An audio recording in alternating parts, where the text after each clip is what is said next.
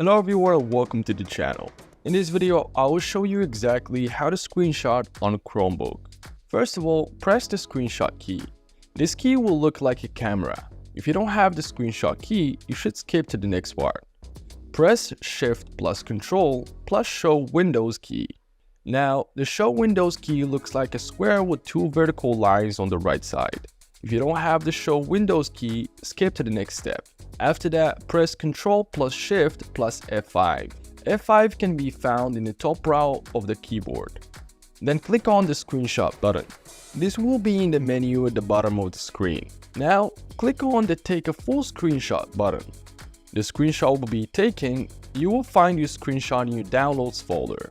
If you want to view or edit the screenshot immediately after capturing it, you can click on the notification that appears after taking the screenshot. The notification will provide options for viewing and editing the screenshot. And that's pretty much it. If you guys enjoyed this video, like it and share your comments or questions down below.